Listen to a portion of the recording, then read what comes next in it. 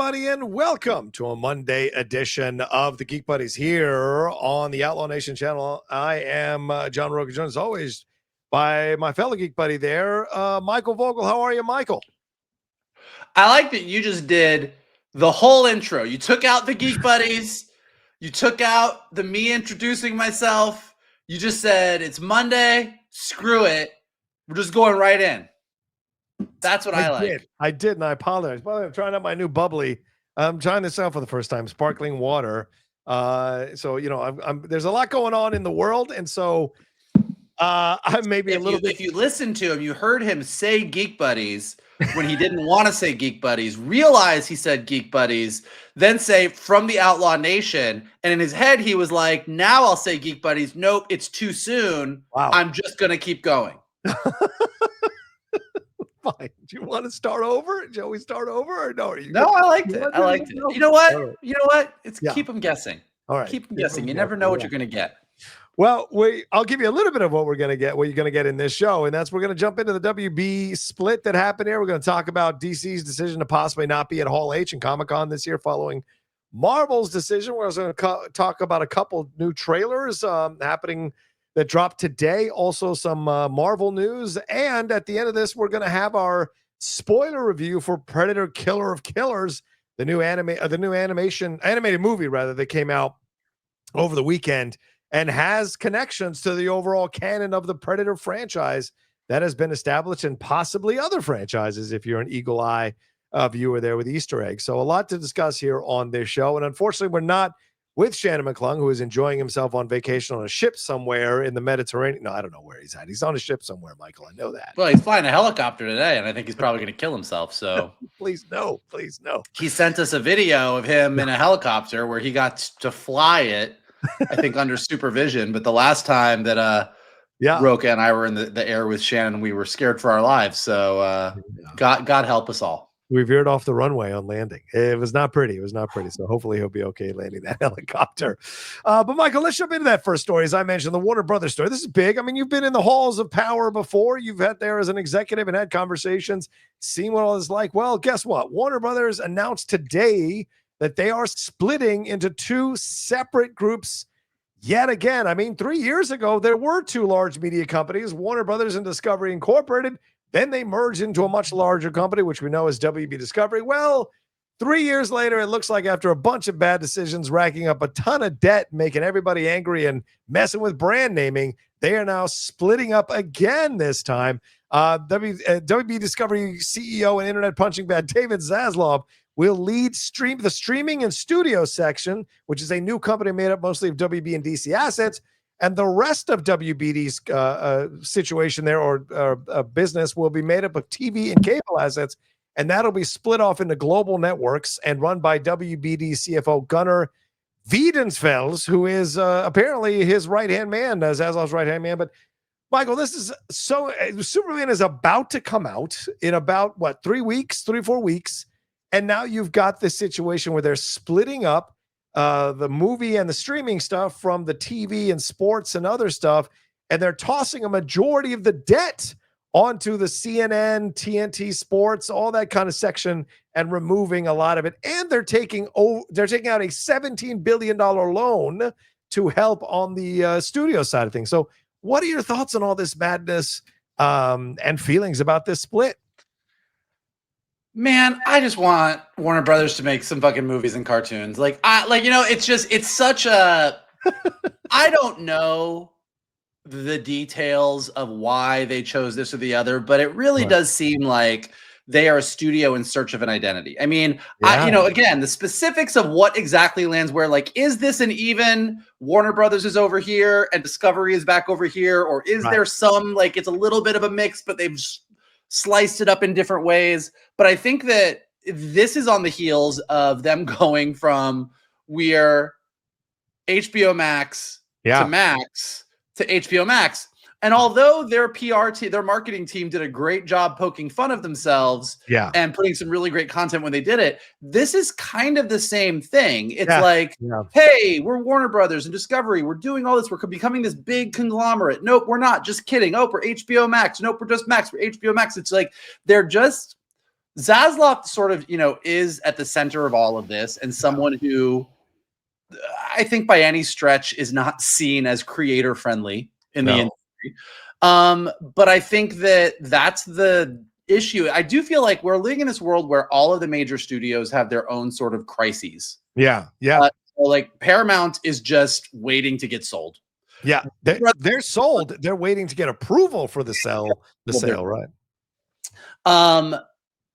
Then Warner Brothers Discovery is sort of in this whole like, what the fuck even are we? Yeah.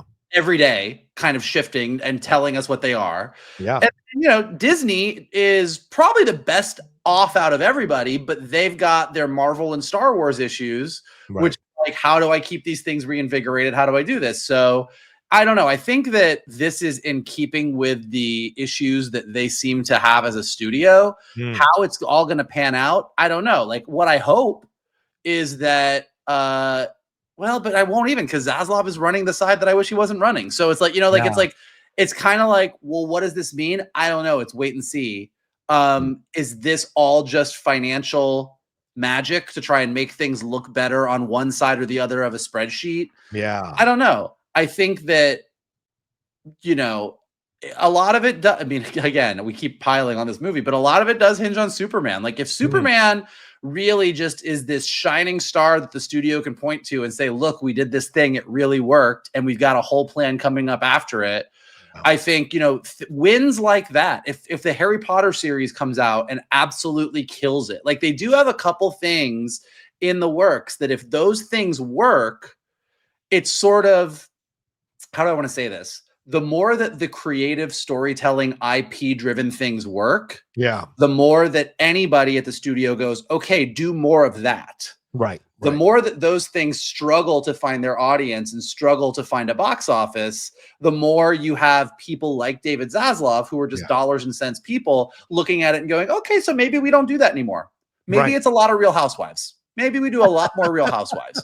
So, it's like, I think that internally at Warner Brothers, and Discovery, there's probably a lot of people that are just as confused as we are right now. Yeah. Going, what does this mean for us? What does this mean for my department? What does this mean for my job? Right. And, it's another one of the reasons why I'm glad, to me personally, Minecraft wasn't the greatest movie I ever saw in the theaters. Right. But I'm glad that Warner Brothers on the feature side had a win. Like I want the features group to have wins. I want TV shows that I'm interested in on HBO Max to do really well, so we get more of them, because at the end of the day, success for the studio means we get more of the things that we like. And will that happen? I don't know. We'll see. It's a good question. Will it happen? That's the thing. Because I mean, nothing about their Zaslav's leadership over the last 3 to 4 years has made me, or it should make anyone feel like they're in good hands with this move. And there's something really important about moving the debt onto the TV side of things, the standard TV side of things with CNN and TNT Sports and Discovery and other things that are on that side, because I think that's going to cause them to start to let go of people, because they've got to balance the books on that side. And they clearly see that as a dying business, the TV side, sports to a degree, and what have you. And so I think they're looking at putting the majority of the debt there.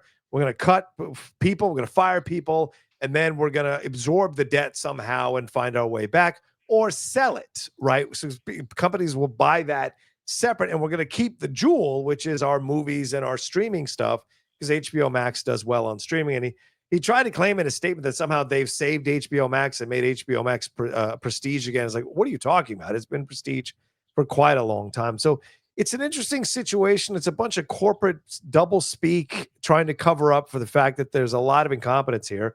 And the shareholders voted last week or a week and a half ago to not approve a bonus. I think it was a $52 million bonus for Zaslav and his executives. So that should tell you right there that there was not any money for this guy, and they don't have a lot of faith in this guy. And so this, again, speaks to an incompetence at the top levels that bleeds on down, and other people are going to have to suffer for it, because he's going to be just fine with a golden parachute or whatever is going on here and eventually sell it, Yeah, I mean, you know, I use the word content a lot because I worked at Hasbro and we talk about content, and in the world today, everyone talks about content. But, you know, I mean, it is, when you look at all of the stuff that Hollywood produces on the movie side, on the TV side, and whatever, and you do just think of it as content, and not art or, you know, whatever other words you want to use, you know, it does just become this thing that you're packaging and you're putting out and you're packaging and you're putting out. And like, for better or for worse, the article that we discussed last week when we talked about Filoni and Carrie Beck and like the whole succession plans at studios in Hollywood, it talked a lot about kind of the way Hollywood used to work before you had these, you know, these giant conglomerates in Silicon Valley and the streaming services and everything else. And like, look, old school Hollywood for sure had its problems on multiple levels. But at the end of the day, the people that were running things and making choices were people that wanted to make movies and wanted to make TV shows. They didn't want to make content. They didn't want to drive IP. Like they just wanted to make cool shit and make a ton of money doing it. But that was like the driving force. And I think that the more that we get away from that, the more, you know, it gets a little bit nerve-wracking for the more artistic and creative side of the community. Yeah, agreed. And these are weird names, global networks on one side and streaming and studios on the other side. It's just kind of a, what do you go, Warner Brothers Streaming and Studios, Warner Brothers Global Networks, or is it one going to be Warner Brothers and the other one's going to be Discovery, so that we go right back to where we started 3.5 years ago at square one? Because this won't be fully in motion until 2026. And by then, I was reading a few estimates, by then the debt will be up to $40 billion there overall, which is so much to carry for a company, man. And I'm sure they're desperate to sell. But as you mentioned here earlier, Michael, we're on the precipice of a new DC universe, a new Harry Potter universe. How much of that is almost like a house where you're upgrading the living room or putting in new cabinets? I mean, like, I wonder if that's all being done so it can make streaming studios a lot more attractive as a thing to sell. And the other side of it, the Discovery side of it, is just essentially what is a global network side of it, is just being done to kind of pass the time, and eventually they'll sell it for pennies on the dollar. Like, it just seems like this is the avenue, because you may just want to buy the streaming and studios because that's the prestige. You don't necessarily want to buy that. So maybe by doing this split, they've made it easier for someone to come in, or a company to come in rather, and buy one side over the other. Just looking at it. We'll see. It's just the whole thing makes me just kind of feel bad. Like, the whole thing just makes me feel bad. Like, you know, it kind of, you know, with everything, you know, and actually even with what I mean, this is like the dogpiling on the Warner Brothers moment, but like, even what we're talking about the launching of the DC universe with James Gunn's Superman coming out, and the Harry Potter TV series. And, you know, I think they just announced who's the cast, who's playing the Dursleys and Draco and Lucius Malfoy. Like, the casting is really moving forward, but the Superman launch is just saddled with all of Twitter being in a near constant fight about Superman and Zack Snyder and James Gunn, which is just fucking exhausting. The Superman movie feels like it has an uphill battle before it's even hit theaters. And then Harry Potter has an uphill battle before it even hits the screen because of the J.K. Rowling of it all and everything else. And so it's like, you know, even Warner Brothers' biggest hopes for launching their huge new creative endeavors are saddled with so much shit that you're just like, it all just feels like such a slog for them right now. Yeah, especially if you're on the creative side, because just because we said we're going to have 7 seasons of Potter doesn't mean the people who are in charge now will be in charge then, and we'll finish out those 7 seasons. That's the other part of it too. You have no idea. So, but Michael, good catch on that. Is kind of breaking news as we're doing the show right now. Let's bring it up. I just made this graphic real quick for us to take a look at. This is something that's breaking right now, that Harry Potter, HBO's Harry Potter has cast 9 more roles, including Draco Malfoy. Catherine Parkinson will be Molly Weasley. Of course, Catherine Parkinson, I think, is the actress from the IT Crowd. Some of you know her from Doc Martin, one of my favorite British shows. Lox Pratt is the actor who played Draco Malfoy. Johnny Flynn, who I had the chance to interview years ago for Emma, that film he did with adaptation he did with Anya Taylor-Joy. He is playing Lucius Malfoy. Leo Early as Seamus Finnegan. Alicia Leone as Parvati Patil. Sienna Musa as Lavender Brown, Belle Powley as Petunia Dursley, Daniel Rigby as Vernon Dursley, and Bertie Carvel as Cornelius Fudge. Now, I recognize some of these names, Michael, and some of these faces, but a lot of young faces in here as well. Any of these stand out to you? Anything you want to say about it? Are you happy now that we're getting this cast through? Because we know Tom Felton is going to be coming back into the series, but not as obviously Draco. So, well, no, Tom Felton is playing Draco in Cursed Child, is he not? oh, and Cursed Child, right? But will he be back for the series? Will he be back for? I don't know if he's back in the series. I think like what he's in the news for is that he is playing Draco Malfoy in Harry Potter and the Cursed Child because he is now at the right age to play Draco Malfoy and the Cursed Child. This cast that's good. It all looks pretty much expected. I think the one thing that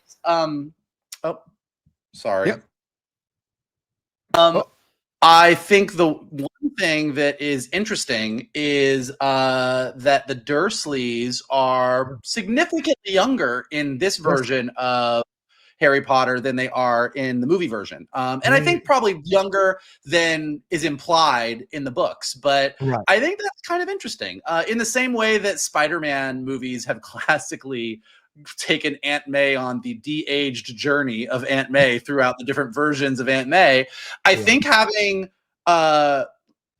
abusive adoptive parents that you're living with who are younger kind of gives it a different shade and a different color. So again, it's something that is going to give that Dursley Harry Potter relationship a little bit of a different vibe in the TV version than was in the movie. So I thought that was the thing that stuck out to me the most. Everyone else kind of sticks out to me in the way that they don't really stick out to me, if that makes sense. Like everyone else sort of goes, everyone else you go, yeah. Nope, that all makes sense. That seems legit. Whereas the Dursleys were kind of a surprise. Yeah, I like it. You can tell a lot from the casting, the energy of what you want to see in a show and what's going to be part of the show. And certainly these are actors that have a lot of stuff on their resume. And I imagine it's going to be a little bit of a more serious approach, even within the lighter fare of what Harry Potter is. It feels like this is going to be slightly a bit more of a serious approach. As you said, going younger is interesting because of course we had Fiona Shaw, and I can't remember the actor's name who played the uncle there, but like you saw them, and theirs was a bit more playful, a bit more like kind of cartoonish at times, even though there was still some undercurrent of kind of evilness in what they were doing. This, as you go younger, it's going to be interesting to see how those interactions are and those back and forths when he's living under the stairs and what have you. So this is, I mean, a choice. You know, I mean, we said this a lot, but that in the TV show, Shannon is not here. So I will say that Shannon would say that cast looks really good for a show that he has absolutely no interest in watching, but he will watch because we will tell him to watch it. So I felt like that needs to be said every time we bring up Harry Potter, even though he's not here to say it. Yeah. But I think that, you know, the movies by nature of being 2.5 hours, even though they, you know, are longer, just especially as the series goes on, the movies do get a little longer. Yeah. Given the size of those books, there's a significant amount of subplots and character work and other things that just get cut out.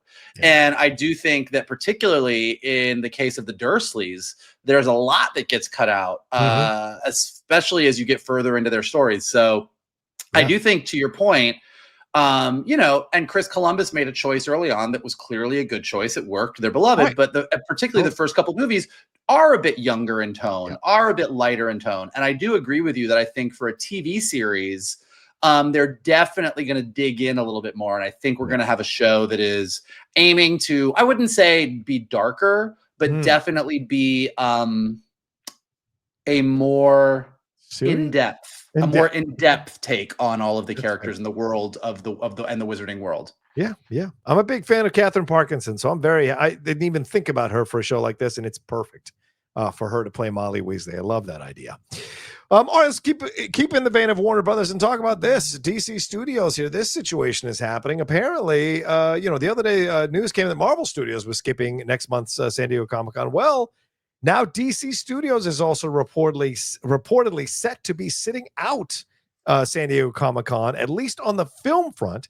THR's Heat Vision reports that with the event coming 2 weeks after Superman arrives in theaters and almost a full year before Supergirl hits, the studio has opted out and won't make any major film reveals However, they added that DC Studios is going all in on Peacemaker, which will be there at San Diego Comic-Con, with the second season of that set to premiere on August 21st. DC expected to have a major footprint for the series, which could include a Hall H panel, not necessarily taking over Hall H as the end in this massive way too. So there's also lanterns and what have you. So Michael, we kind of speculated about this when the Marvel thing was announced, but it seems like here's the next logical step. DC is they know they just have a lot of TV stuff to promote, so they may not necessarily have a big presence there or any presence there film wise. So what are your thoughts on that? So when Marvel came out and said they weren't going to be at Hall H this year, and we talked about it on the show, it kind of made sense. Yeah, I mean, there's just going to be this giant gap of time where like there's nothing really for them to talk about. Like Fantastic Four will be out that weekend, and then like they have an entire other year.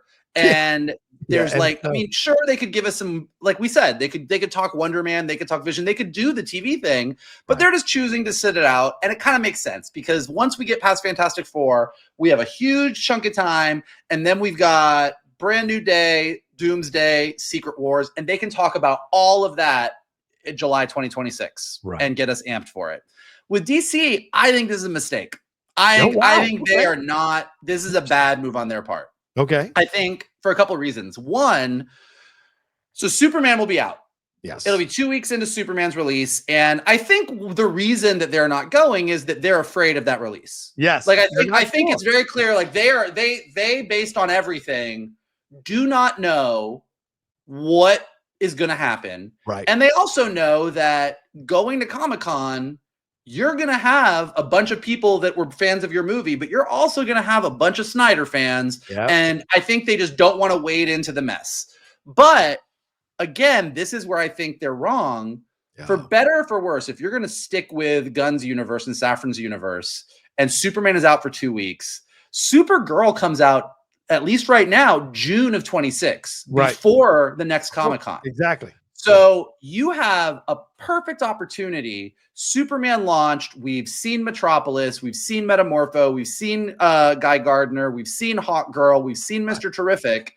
Bring them all out on stage. Show us a Supergirl sizzle. Show us a Lantern sizzle. And then tease some big things that are happening. Like, get us excited for the DC universe. Like, they have the perfect opportunity to use Superman's release as a launch point to just get us fucking amped for the next couple years. And then next Comic-Con, Supergirl will have just come out. Yeah. And you could do kind of the same thing. Like, they could use this as a big launching point to just like capture that geek audience. And they're not doing it because they're afraid of Superman.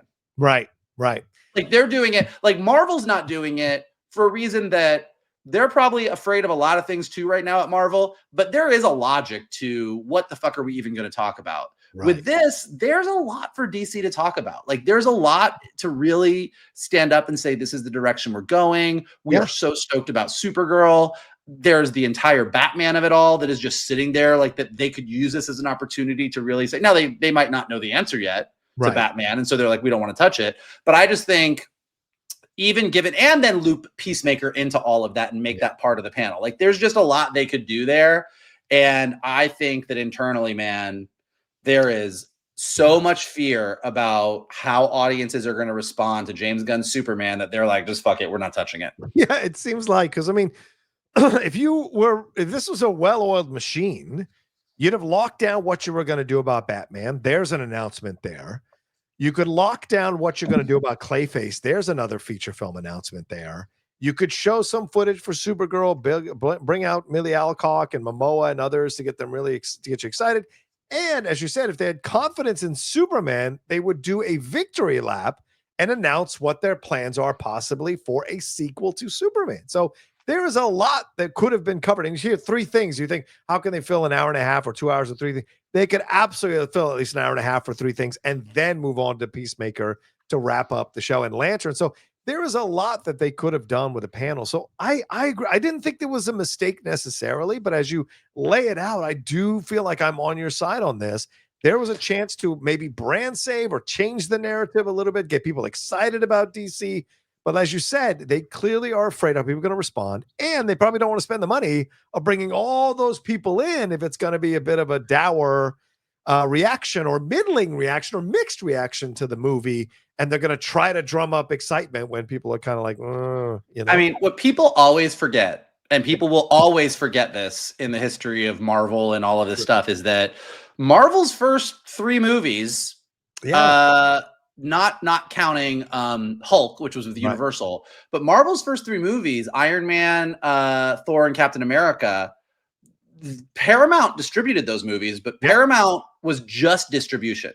Right. Which meant you didn't have an entire layer of Paramount executives giving like Marvel just did whatever the fuck they wanted for those first 3 movies. Like they were paying for it, they did their thing, and then really they kind of paid. Like Avengers was basically just them without a lot of oversight as well. The Disney deal just happened to work out timing wise. That Avengers was the first movie that was a Disney Marvel release. Right. But Marvel had that time to go, we're just going to cook. We're just going to do whatever the fuck we want, for better or for worse. And Iron Man would have had any studio happy. But I think Thor and Captain America, for different reasons, if you had an entire studio over them giving a ton of notes and getting stressed and getting worried about stuff, I think would you have still gotten to Avengers? Maybe, maybe not. And I just think with Superman, it is so clear that they are so fucking scared of what's happening on Twitter and what's happening on social media right now.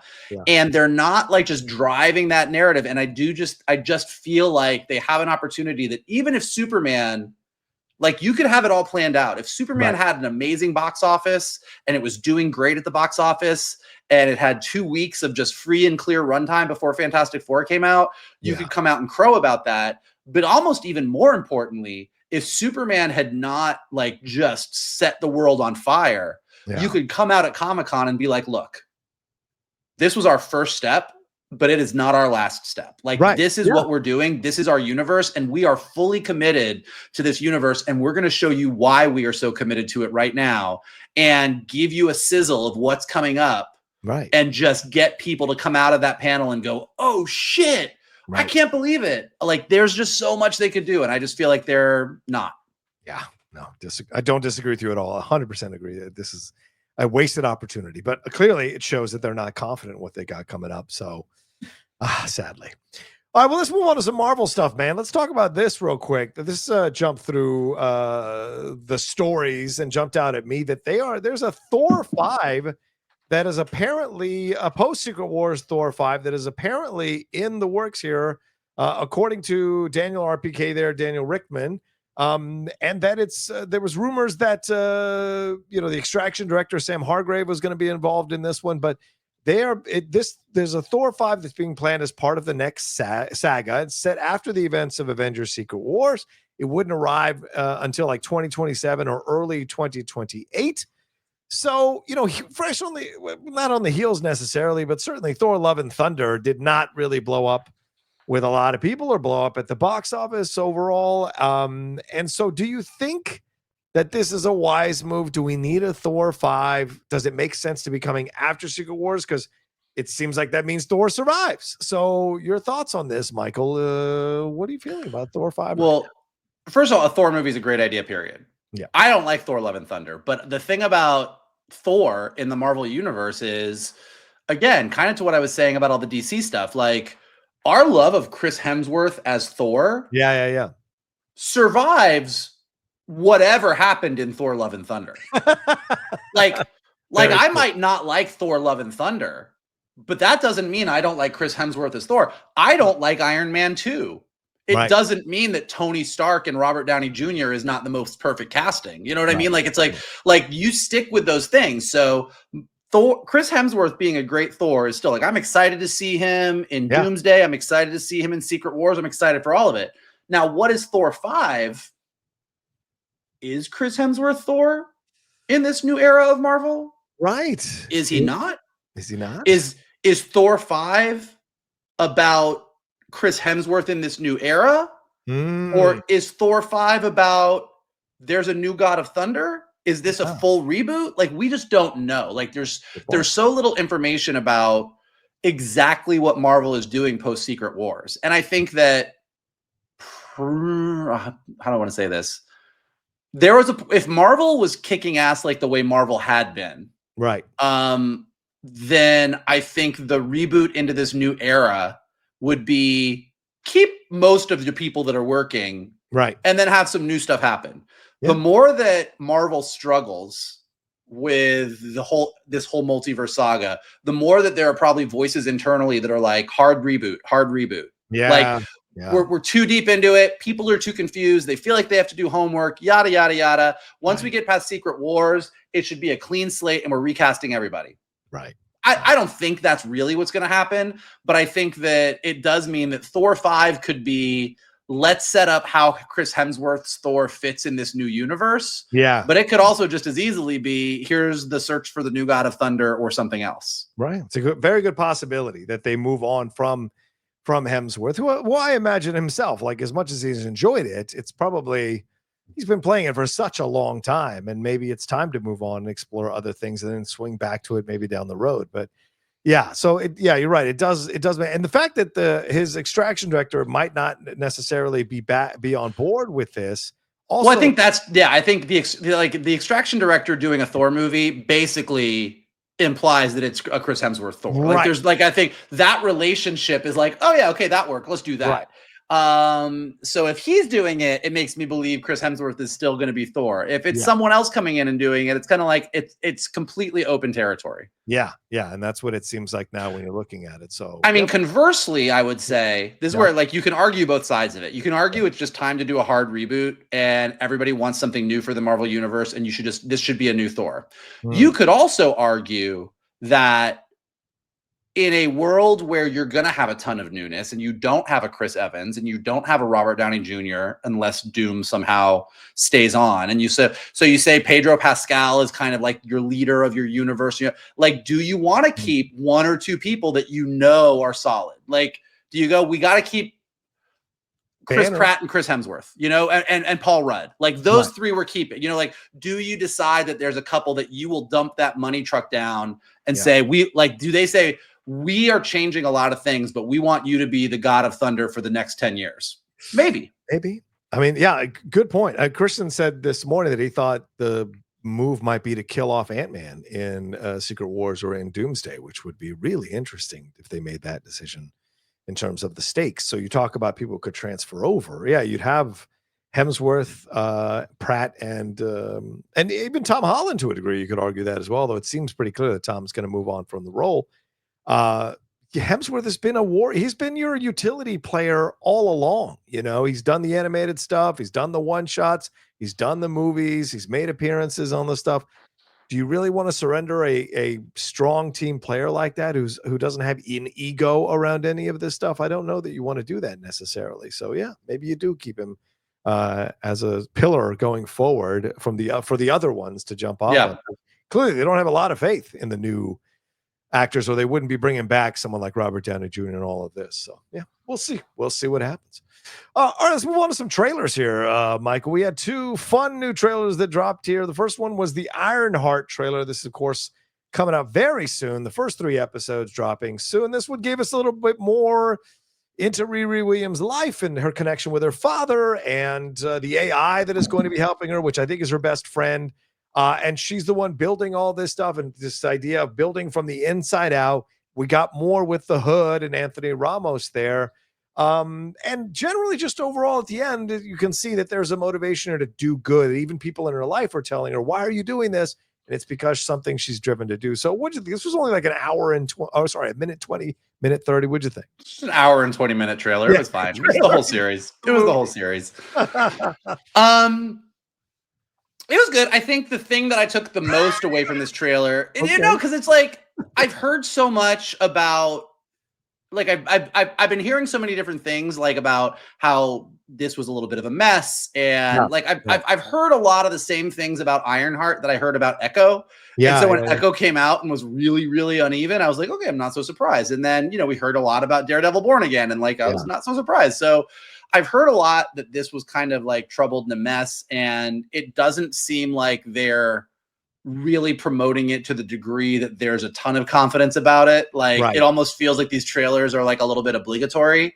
So that being said, I really liked her as Riri Williams in Wakanda Forever, and I'm excited to see more of this character. Right. And the thing that I took away the most from this trailer is that we did see that the Hood, Anthony Ramos's character, really does lean into the magic stuff, which Yes.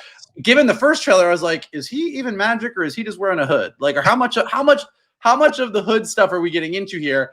And here you really did see a lot more of your typical Marvel magic. You saw a lot of stuff on his skin. You saw the red version of the same kind of wizarding magic stuff that that Doctor Strange and Wong use. Right. So we did see Marvel magic. And I've always thought it was interesting that for the first outing for Ironheart, which is a tech-based hero, your villain is magic-based. And I've always been a little bit interested to see what that balance was going to be like. Right. So I think that, but it's like with both this and the first trailer we saw, everything I'm seeing in the trailer, I go, yeah, this looks cool. Right. This is cool. Like, I like this. But everything, given other things that I've heard in the back of my head, I'm like, but is it gonna be good? I just don't know. It doesn't feel like they are again hyping it. The theme of all of this episode is that, you know, Marvel is licking their wounds a little bit after Brave New World. And even though fans really liked Thunderbolts, the box office of Thunderbolts, and I think and DC is pre-licking their wounds because they're getting beat up every minute of every day on Twitter about the Superman movie. And so it just feels like everybody is a little bit nervous and tentative right now. Nothing is except for Fantastic Four, which Marvel seems still pretty hot on, despite some of the buzz about some of the screenings. Everyone just seems a little bit like nervous about the state of superheroes within their studios at the moment. Well, I got to ask you about this, Michael, because you've been one of the first people that talked about this on our show. Did you see this in the trailer? Did you see the possibility of Mephisto? Does this mean Mephisto? Or are you sitting there? Here I come. Oh, here I come. Oh. You're finally pointing it out and seeing it there, Michael. Is it Mephisto? Are you ready to agree? I mean, the rumors of Mephisto have persisted from about the moment that we started doing Geek Buddies. So the idea of Mephisto has existed, and there have been rumors that this is where it happens, that the Hood and the magic. I mean, there's the rumors of Sacha Baron Cohen. Like, there's all of the rumors of Mephisto. I, at this point, will not believe Mephisto is a part of anything. And you know, he was name dropped in Agatha all along. Yes. So like they did his name, they have said his name. But I'm not going to believe it till I see it. Okay. Particularly because I mean, even if they're, and look, if he shows up, no one's going to be happier than me to finally be able to be like, all right, now we can put it to bed. Mephisto exists. But given a lot of what I've heard about the quality of Ironheart, right? Oh, is this where they want to finally drop Mephisto? I don't know. We'll see. Well, I mean, like what you saw there, as I put up the picture, were red transmutation circles, which a lot of people on social media said that means that Mephisto would appear in the show. And yes, to go along with what you said about Sacha Baron Cohen and the rumors, back in October of 2023, a copyright filing for Ironheart was found on the U.S. Copyright Office public record system that credited Sacha Baron Cohen as playing, quote, Mystery Man in the show. And this came roughly 1 year after the actor first became attached to the role, and 2 years after many speculated that it would appear in WandaVision. So, yeah, all of it is up in the air right now to see. I do not believe it until I see his burning red eyes. That's all. Like, until I see those, I don't believe it. Yeah. I will say this real quick. I liked the trailer. I think it's solid. That's the thing. Everything feels solid, yet something is missing. And that's the way I feel when I watched everything to do with Ironheart so far. I did think the Hood looked better in this trailer than in the last trailer. So maybe they've made some adjustments. The leathery kind of appeal to it looked good. And I like that thing is consuming his skin, and you can see it's affecting him. So there's a lot there. And the AI back and forths I enjoyed as well, essentially copying the Tony Stark situation there. So I'm on board with it. I hope it's good. That's what I'm hoping. I'm hoping it's hope. I want it to be good. Yeah. That's what we need. Last thing we need is another Marvel cycle with people going after that show and complaining about female-led shows or person of color-led shows, for God's sakes.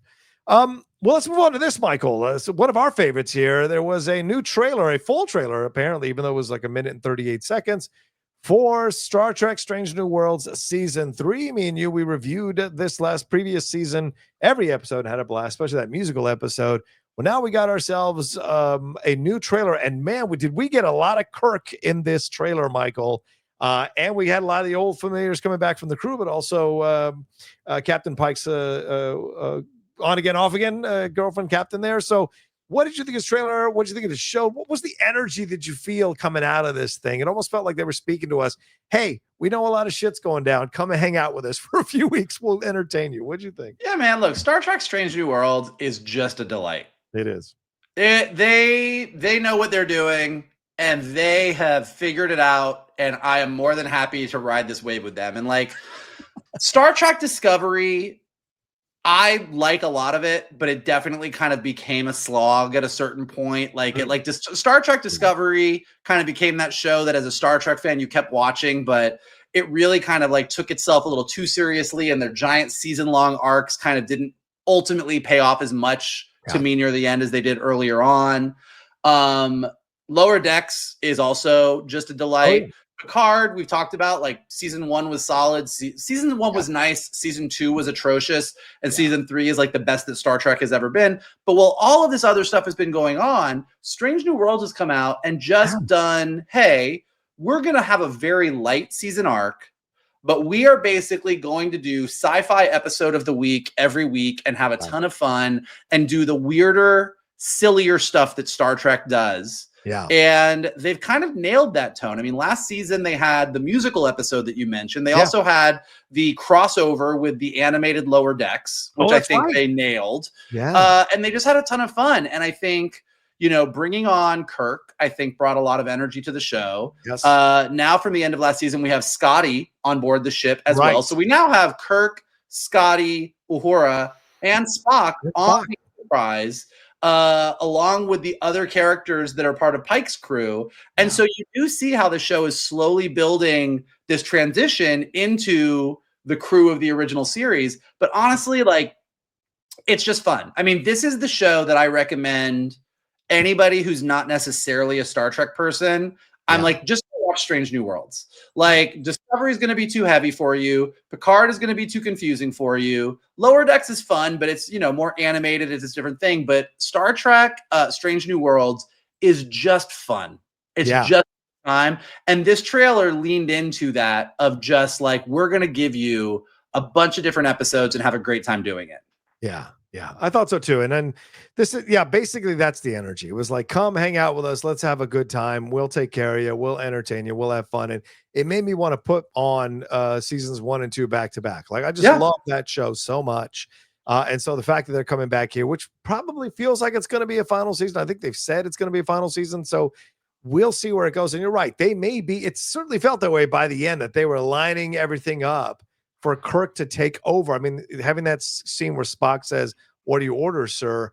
Is that him taking over from Pike, which is what happens in the timeline, that he takes over that ship from Pike. So is that what they're setting up here by the end? And will they low key spin off into the original series and go with these characters? I would be down to see this. I like the actor they chose for Kirk in this format, just like I like Chris Pine in the J.J. Abrams version. Yeah. Yeah. I love it. Star Trek out of everything is that little sci-fi that could. Yeah. Like, you know, like Star Wars takes all these giant swings, and there's Galaxy's Edge, and like there's all these things, like, and you know, there's Marvel and DC duking it out over here, and everyone's stressed out about all these things. And then the Harry Potter, like we said, has the JK Rowling, and Star Trek just chugs along going, hey man, Federation. we believe in the best of everybody. Just come hang out with us for a little bit. And that means that they don't ever quite hit the peaks that some of the other brands that we love do. But the trade-off is it just seems like there's a little bit less pressure on them. Yes. They're just doing their thing. Yes. And when it hits, it really hits. You know? And when it hits, it hits. Yeah, exactly. I was watching Star Trek 3 the other night for an hour just because I love that film and just love the comfort level of Star Trek. Star Trek is comfort sci-fi. Yeah. Like, like on every level. Like I could sit and watch The original series is more you than me. If I put original series, it's because I really just want to watch a specific part of original series. But I could watch Next Generation, Deep Space Nine, Voyager, as cheesy as all of those are from the era that they lived in. I could put any of those on. Yeah. I will watch Picard season 3 any minute of every day. I will watch any of the movies except for like 3 of them. Star Trek 5. And then what are the 2 after First Contact, the 2 Generations movies? Was it Nemesis? I think is what Nemesis and the other one. They are Nemesis and Insurrection. Yeah. Star Trek 5, Nemesis and Insurrection. I got no time for. Any other Star Trek movie you could put on, I'm good. Yeah, agreed. Well, let's move to something outside the world of Star Trek, but still connected to space, and that would be our spoiler review. This is a spoiler review for Predator: Killer of Killers that came out over the weekend, brought to us by Dan Trachtenberg and Joshua Wassing, who were the co-directors on this particular project. And the writers here were Micho Robert Rutari, with stories by Trachtenberg and Rutari, with Jim Thomas, of course, and John Thomas being credited for being the creators of the original stuff. But we had quite an interesting collection here. 3 separate stories, Michael, that were told here. We had ourselves a Viking story here that was told with a mother and a son, and this history and the protection and the battle that she went through in the ice. And then we had a samurai story, which I thought was really awesome to see in this one, between 2 brothers and a master. And then eventually they get older. We see their split. They fight a predator to stay out of the situation. As I said, some awesome samurai visuals and stuff here. And then we had a World War II one with Rick Gonzalez voicing Torres, the character of Torres, as he gets sent into World War II, drafted into it, and figures out how to be a pilot there to help Michael Biehn and the other pilots there try to survive an attack from a predator. So, and in the end, the 3 of them meet up to fight on the planet there and eventually escape, or 2 of them escape. What are your thoughts on this, man, overall? What'd you think of this before we get into a little bit of the specifics? Overall, yes, I could not be happier as a Predator fan and as an animation fan than I was watching this movie. Yeah. Like, this was 100% across the board a win for me. Like, 10 out of 10, no notes. Like, the animation is gorgeous. Very arcane-like, right, Michael? Arcane-like? Very arcane-like, yes. Yeah. It's that sort of painterly CG style that Arcane now has everybody wanting to sort of emulate. And I think they did a beautiful job with that. But really, I mean, we talked about this a lot. I love Predator as a franchise. The first Predator movie is a classic. It's a classic Arnold movie. It is a classic sci-fi movie. The Predator is one of the most iconic Stan Winston alien creature effects from the 80s. Predator 2, if you love the Predator franchise, there are things to love about it. It is not a great movie.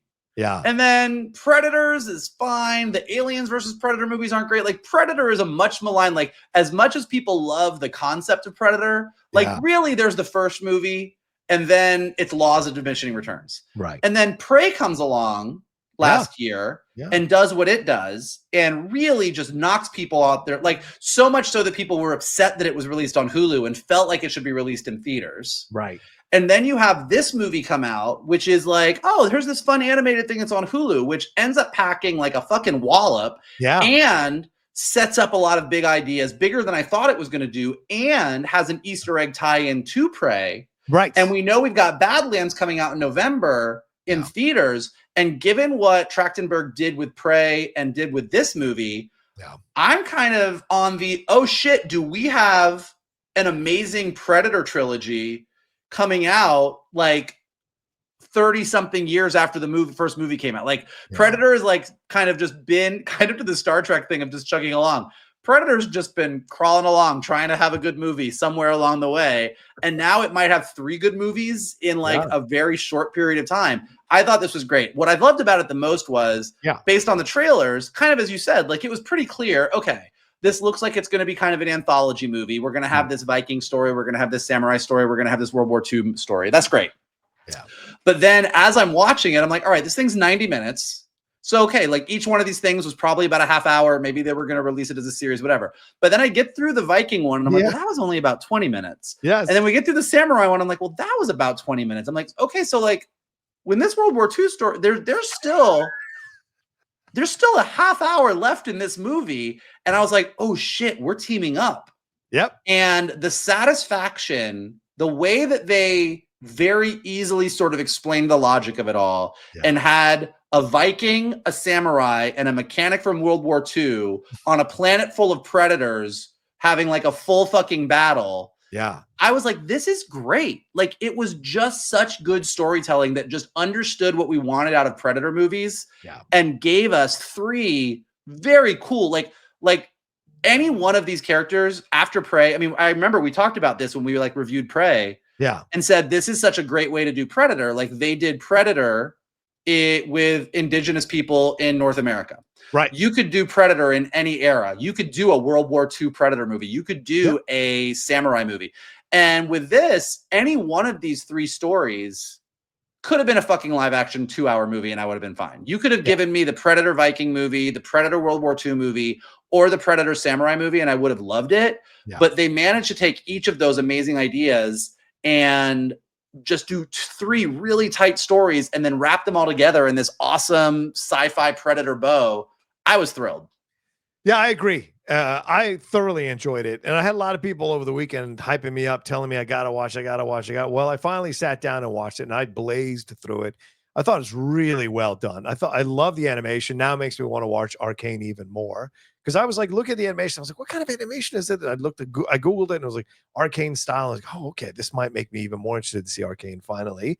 But like, I love the voiceover performances here. And I like, you know me, I like that warrior shit. Like the day is long, man. And so this just scratched all my buttons. And having a Latino kid for the World War II thing, having homie from old school come in to voice the Torres character, it was great. I hadn't seen him in quite some time. Apparently he's a series regular on one of the cop shows that's out.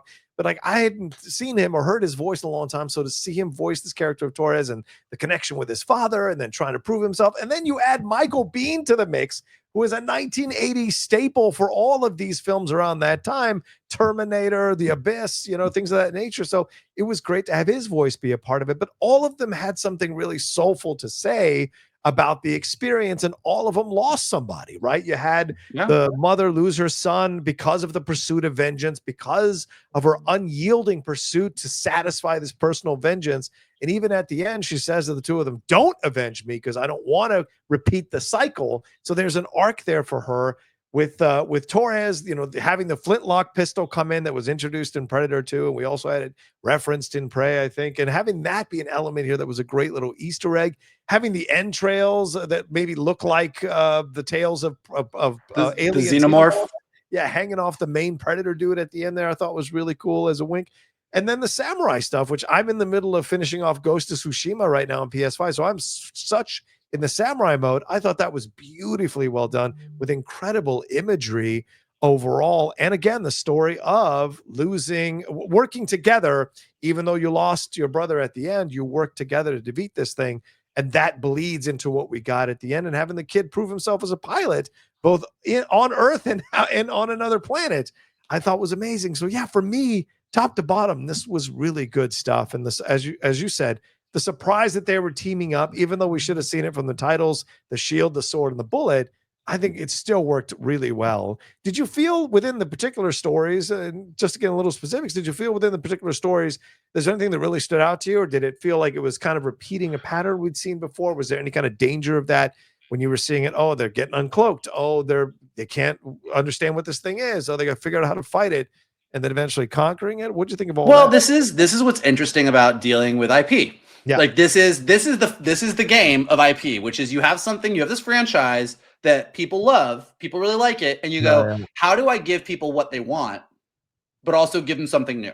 You're right. And so each one of these has the things that you want in a Predator movie. First of all, each of the 3 Predators is a Predator, but look vastly different. Like the one in the Viking one is a fucking tank. He's a brawler. Yeah. Which makes sense to fight a Viking.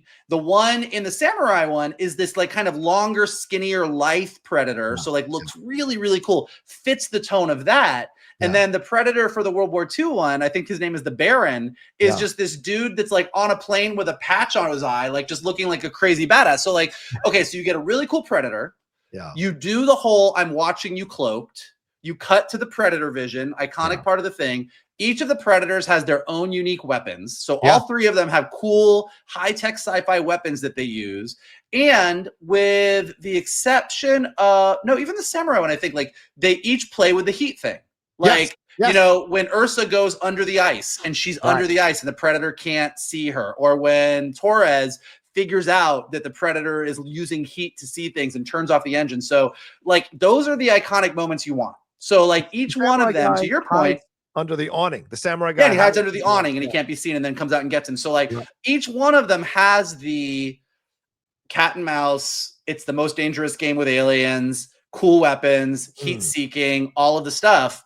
And then each one of them, they all lose people along the way, and they're the sole survivors, which is also what happens with Arnold Schwarzenegger, what happens with Danny Glover, you kind of go down the list.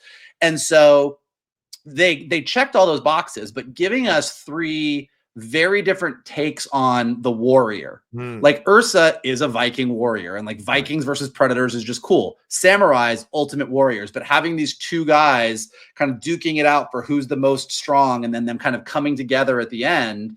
Beautiful, lovely, poetic story. And then the Torres story is just this great, awesome story about this guy who wants to be a fighter pilot, wants to do these things, and is this great mechanic and uses that to his advantage. And then when you put the three of them together, you know, the way that they all played off of each other, the way that Ursa was like, fuck you guys, and called the Samurai a weasel. And the way the Samurai was like honorable, and he's like, I'm not going to fuck with this. Like, we shouldn't be fighting. And that Torres was the one who was like, guys, we got to work together. And then ultimately was the one who figured out how to use all the Predator stuff. Like, they took each of these three characters and used their emotional stories to kind of lead into how they all kind of worked with each other at the end. Like, the way that Ursa looked at Torres at one point, but kind of saw Anders, her son, you know, so they took their emotional stories from their individual stories, used them and tied them all together, but then just told like a really awesome, badass story of them fighting a bunch of Predators. And so it kind of like, it gave you everything you wanted, but in a way that you weren't expecting.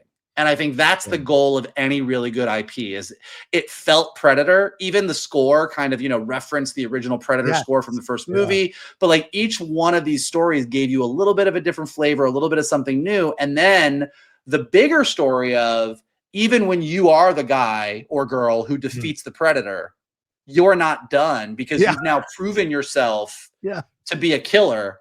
And now they're going to come get you and level you up to this level.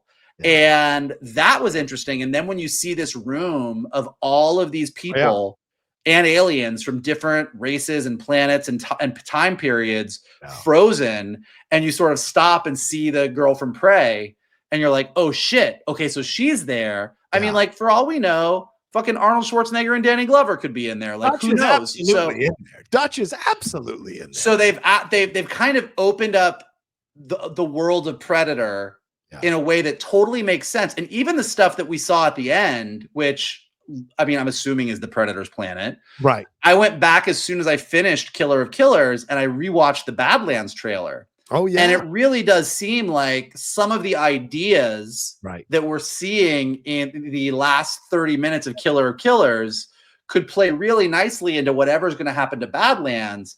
And so the fact that Prey was referenced here, this felt like it was teeing me up to see Badlands on the big screen. It really feels like Dan Trachtenberg has a very solid handle on what makes the Predator work. And not only what makes the Predator work in the past, but has a really cool idea on how we can really take those ideas and blow them up into an even bigger franchise moving forward. Yeah, it's so smart. I mean, because the Predator symbolizes for me when I watch it, it's the something that you encounter in life that feels overwhelming, right? You can look at the stories you were saying, right? It is the samurai guy who learns that working together is how you defeat this common villain. We had to wait for I think Anders is I can't remember the Ursa. We had to wait for Ursa to realize it's not an individual game, that she has to kind of let go of her desire for vengeance. And Torres is the guy you always overlook, but he's smart, he's wily, he troubleshoots a situation, and he can get you out of it. So each of them have their story where they end up. But the Predator, but this going next level, and then at the end going, we're going hunting, it never ends. And that's the way life is sometimes. I think the Predator has that kind of symbolic nature to it. just when you survive one crisis, another crisis is possibly around the corner. You just never know. But surviving one crisis makes you stronger to confront the next crisis. So I always find that to be like an interesting subplot throughout these Predator movies, that it's never really over, even when it's over. And it all depends on how you learn from that experience, how it steels you for the next one. So I kind of really enjoyed that by the end of the film as well. I love that, but I also love, I mean, I think what's always been appealing to me about the Predator as a character is like, whereas the xenomorphs in the Alien franchise are just pure terror. Yeah, there's no moral code, or that is just an unstoppable beast that wants to reproduce. Like that is just it is just pure horror. Predators are equally as unstoppable to a degree, but there is like an intelligence and a sense of honor. They have a so code. Like there's a code. So like even in the very first Predator movie, when the Predator kind of realizes it's just him and Dutch at the end and takes the mask off and does the whole thing, it's like, all right, you and me, like you're the one that's left. We're going mano a mano. Right. And so even these Predators sort of like taking these humans and putting them in the ring and then going hunting, there's always that point. And this, I think this is where Badlands is going to get to, where like once a Predator sort of respects you and sizes you up as a fellow warrior, the dynamic and the relationship changes. Like you can be the prey, but at a certain point, and again, what we've learned here is you can be the prey and win, and that just means you have to go be prey for a bigger predator. But at some point, the predator's like, all right, we're good. You and me, we're good now. So that's just what's fascinating. And I feel like, you know, that's been lost in some of the other things. I mean, they tried to do that in the first Aliens versus Predator movie, which was kind of keying off the original Aliens versus Predator comic. And it just, you know, it kind of was cheesy and didn't land. But I just feel like we're in really, really good hands with the Predator universe right now. Yeah, 100% agree. 100% agree. All right, any final words on this, man? Anything you want to give a shout out to? I mean, I want to give love to the writer. I thought Robert Rutare did a really good job in all three of these stories, conveying the character work that's being done here and the journeys that they were on leading to that final stuff. Yeah, look, I'd say even if you're not really a Predator fan, and if you are not, I don't know why you're still listening to us, but if you're still listening and Predator has never really been your bag or you've never really watched it, like I think this is a great opportunity to jump on. Don't even worry about the original. Don't even worry about the other movies. Like if you just watch Prey and Killer of Killers, like you are set up for Badlands and you are sort of part of the new era of Predator. And I think it's a great jumping on point. And again, if you're not really someone who checks out animation on the regular basis, like certain other people that I know, how dare you? This is a beautifully animated thing that is just as brutal and violent as any live action movie. Like doesn't shy away from anything and just is gorgeous to watch in addition to being really fun and thrilling. So I highly, highly, highly, highly recommend you check it out. I agree with Michael. Everything he said. Absolutely. Highly check it out. Or I highly recommend you check it out and enjoy it and have fun. And there's a reason they put Amber Midthunder at the end and not Dutch. There's a reason. That's the current state of things. And they know a lot of new young fans to Predator are coming in through Prey, not the original Schwarzenegger film. And so they're really smart in the approach they're going there. So that's exciting to see as well. All right, well, that's our spoiler review for Predator Killer of Killers. We hope you enjoyed what we had to say about it and let us know what you thought about it. Michael, what do we have to tell them all here at the end of this show now? Well, if you would like to follow us, you can do so on Twitter at geek_buddies, on Instagram at _geek_buddies. If you would like to follow Mr. Rocha, you can do so at The Rocha Says. If you would like to follow me, you can do so at MKToon. After you do all that following, go ahead and smash the like button below, subscribe to Johnny's Outlaw Nation page, check out all the amazing content he has got there. Leave your comments below. What do you think of the state of DC? What do you think of the state of Marvel? What do you think of Comic-Con? What do you think of Predator Killer of Killers? What do you think of Strange New Worlds? And what do you think of Ironheart? There, I think that's everything we talked about. Let us know below in the comments. If you're listening to us on a podcast, go ahead and leave us some stars and comments so we go up in the rankings and more people can find us. And as always, the best thing you can do is retweet this video, post it on your socials, send it to your friends, and tell them to hang out with your buddies, the Geek Buddies. Speaking of friends, I have a friend who reached out to me from VAW Designs. He used to work for the Schmodown, and he's doing a lot of cool, awesome geek merchandise. So we're going to put a little ad for him at the end of this show. Look for that, and you get 20% off using a code. So try out that stuff there. All right, we'll talk to you next time. Take care of yourselves. Be well, and we'll talk to you soon with another episode of The Geek Buddies.